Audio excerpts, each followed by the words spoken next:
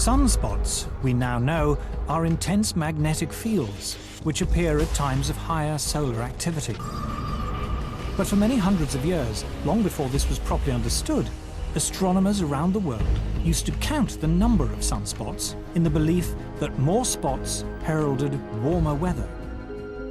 In 1893, the British astronomer Edward Maunder observed that during the Little Ice Age, there were barely any spots visible on the Sun, a period of solar inactivity which became known as the Maunder minimum. In 1991, senior scientists at the Danish Meteorological Institute decided to compile a record of sunspots in the 20th century and compare it with the temperature record.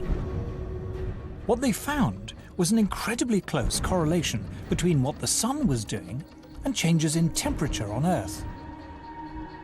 Solar activity, they found, rose sharply to 1940, fell back for 4 decades until the 1970s, and then rose again after that.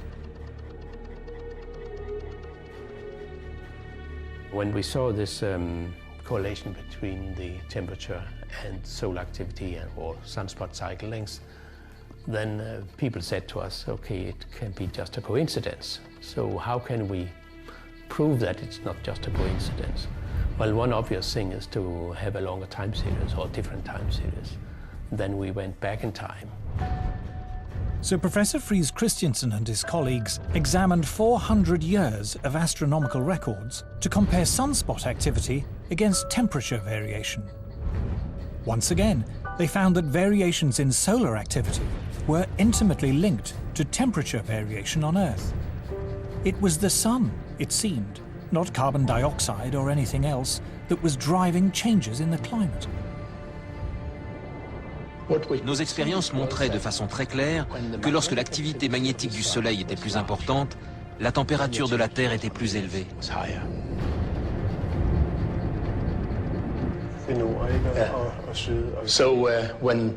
La communauté scientifique a donc été très surprise de découvrir la corrélation quasi parfaite entre les variations de l'activité magnétique solaire et la température terrestre. In a way, it's not surprising. The Sun affects us directly, of course, when it sends down its heat. But we now know the Sun also affects us indirectly through clouds. Clouds have a powerful cooling effect, but how are they formed? In the early 20th century, scientists discovered that the Earth was constantly being bombarded by subatomic particles. These particles, which they called cosmic rays, originated, it was believed, from exploding supernovae far beyond our solar system. When the particles coming down meet water vapor rising up from the sea, they form water droplets and make clouds. But when the Sun is more active and the solar wind is strong, fewer particles get through and fewer clouds are formed. J'ai utilisé des données satellites sur la variation du nombre de nuages dans l'atmosphère et je les ai comparées aux variations d'intensité du rayonnement cosmique. J'ai été très surpris de découvrir qu'il existait une corrélation quasi parfaite entre les deux. La courbe rouge représente le rayonnement cosmique. Vous pouvez voir ces variations. Et la courbe bleue représente la couverture nuageuse. Ça signifie donc que le rayonnement cosmique a une influence sur le climat terrestre.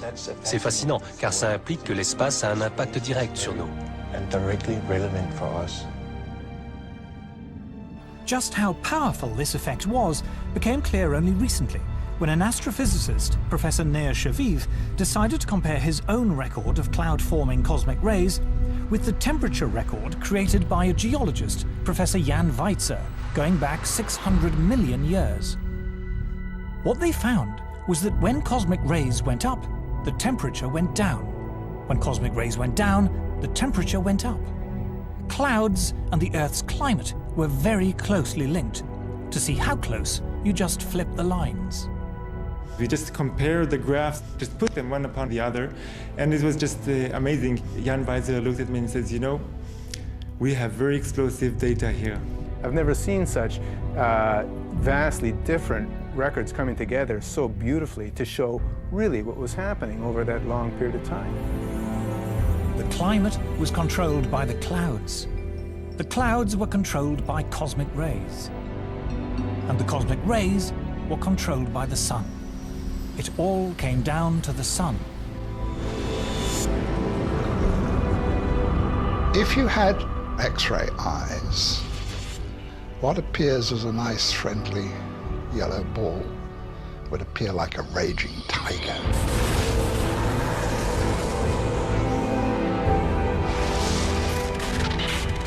The sun is an incredibly violent beast, and it's throwing out great explosions and puffs of gas, and endless solar wind that's forever rushing past the Earth. We're, in a certain sense, inside the atmosphere of the sun. In 2005, astrophysicists from Harvard University published the following graph in the official journal of the American Geophysical Union. The blue line represents temperature change in the Arctic over the past 100 years. And here is the rise in carbon dioxide over the same period. The two are not obviously connected, but now look again at the temperature record and at this red line, which depicts variations in solar activity over the past century as recorded independently by scientists from NASA and America's National Oceanic and Atmospheric Administration. Solar activity over the last 100 years, over the last several hundred years, correlates very nicely on a decadal basis with sea ice and Arctic temperatures. To the Harvard astrophysicists and many other scientists, the conclusion is inescapable. The sun is driving climate change. CO2 is irrelevant. Nous avons suivi Henrik Svensmark dans sa lutte pour se faire entendre. Se faire entendre par une communauté scientifique peu disposée à accepter l'idée que le réchauffement climatique actuel puisse avoir des causes naturelles. En 2005, nous avons pu apporter la preuve expérimentale que le Soleil et la Voie lactée ont une influence sur le climat terrestre. Mais pour une raison inconnue, aucune revue scientifique n'a voulu publier les résultats de notre expérience. Ça a été une grande déception pour mon équipe et pour moi. Bien sûr, il y a eu une réaction de la part du GIEC, le groupe d'experts intergouvernemental sur l'évolution du climat. Bert Bolin, qui en était le président à l'époque, considérait qu'il était irresponsable de notre part de déclarer qu'un autre facteur que le dioxyde de carbone puisse avoir une influence majeure sur le climat.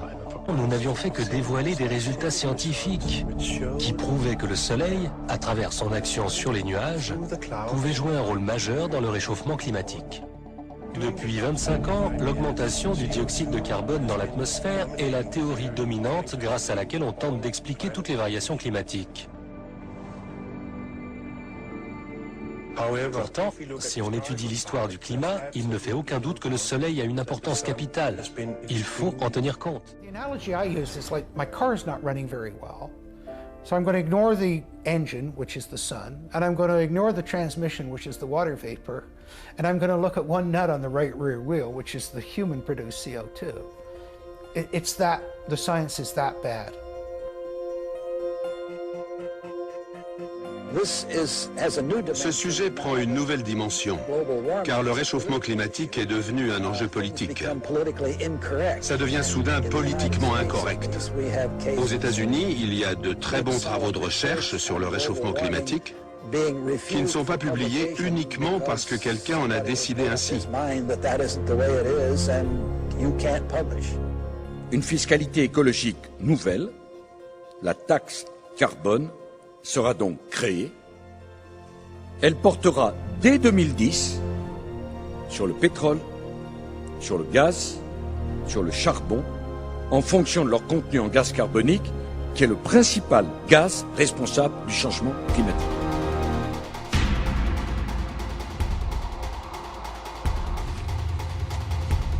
Hector, retablob? Ja, dit is een kokoarta. Kamu oli tegevik diavon, 120 grammes de CO2, Moniok. 120 grammes?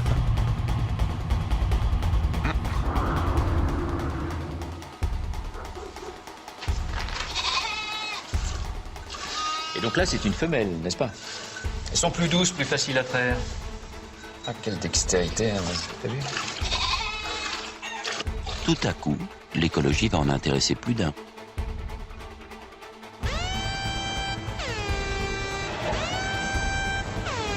Bien essayé, mais avoir une voiture allégée n'est pas donné à tout le monde.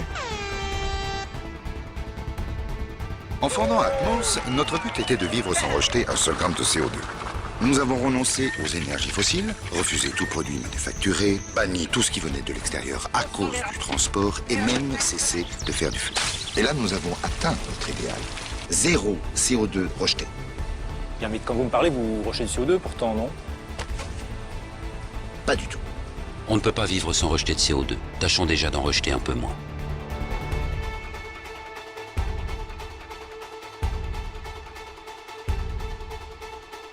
Pour rejeter moins de CO2, on peut décider de tout arrêter.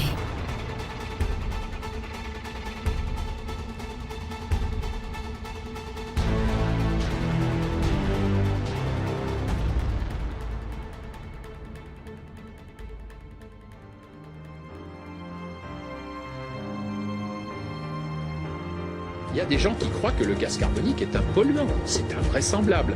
Il y a des gens qui pensent qu'on va frire. À quoi ça sert de nous culpabiliser en nous disant c'est parce que vous prenez votre voiture que vous êtes responsable du réchauffement climatique? Dire ça y est, c'est sûr, le gaz carbonique ça marche, ça a commencé, on l'a vu, je pense que c'est exagéré.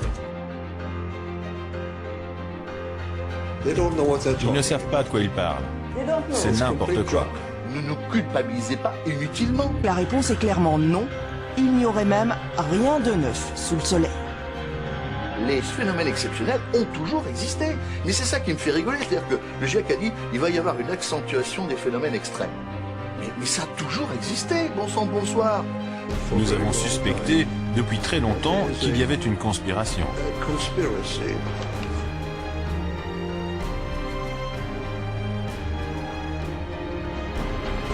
Le Climate Gate est un énorme scandale. Tout cela se fait en pleine polémique autour des chiffres du réchauffement climatique. Ils auraient été piratés et on accuse finalement, pour résumer la situation, les scientifiques d'avoir aggravé la situation pour faciliter un accord politique international.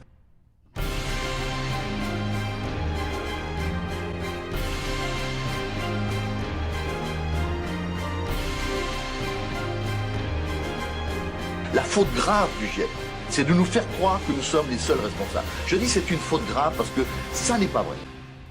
Je pense qu'il existait un groupe de gens qui travaillaient ensemble car ils avaient un agenda politique.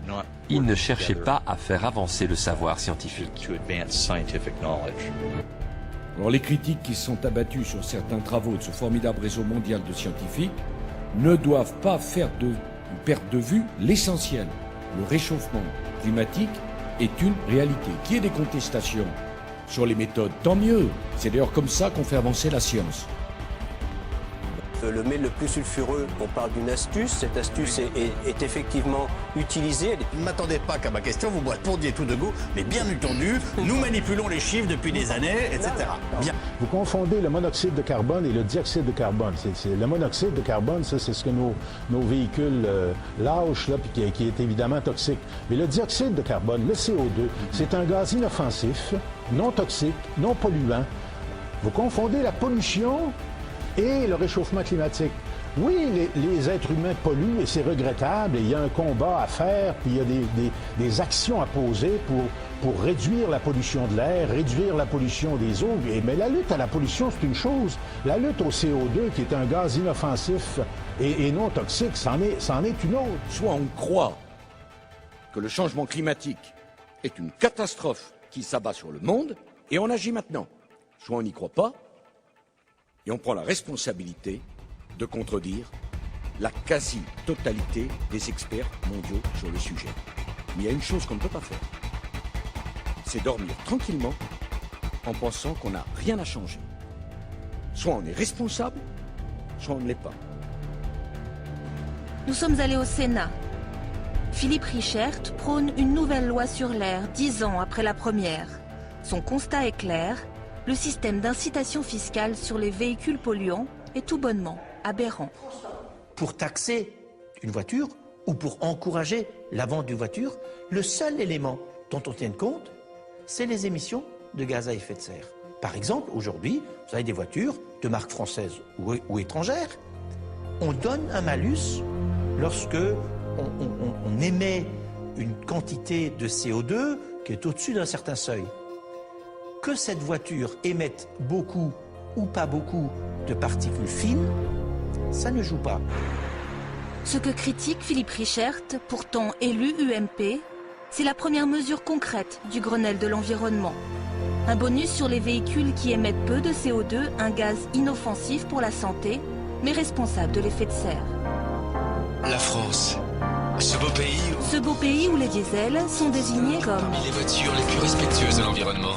Car ces voitures dites écolo, ce sont bien les diesels. Découvrez les 3 versions diesel de la gamme éco-citoyenne à moins de 120 grammes de CO2 par kilomètre. Une voiture diesel émet jusqu'à 1000 fois plus de particules fines qu'un véhicule à essence. En France, 7 véhicules sur 10 sont déjà des diesels. Le bonus du Grenelle a encore fait exploser leur vente. Les plans climat qu'on va mettre en place, c'est des plans climat. C'est pas des plans atmosphère où on parle à la fois du réchauffement climatique et en même temps de la pollution. Et sous prétexte de s'intéresser au réchauffement climatique, eh bien on oublie qu'en même temps, on pollue et la question de la santé passe au deuxième plan, très souvent est oubliée. Dès 2009, les voitures diesel neuves devront être équipées d'un filtre. Insuffisant. Ces équipements coûteux laissent passer les particules les plus fines, les plus dangereuses.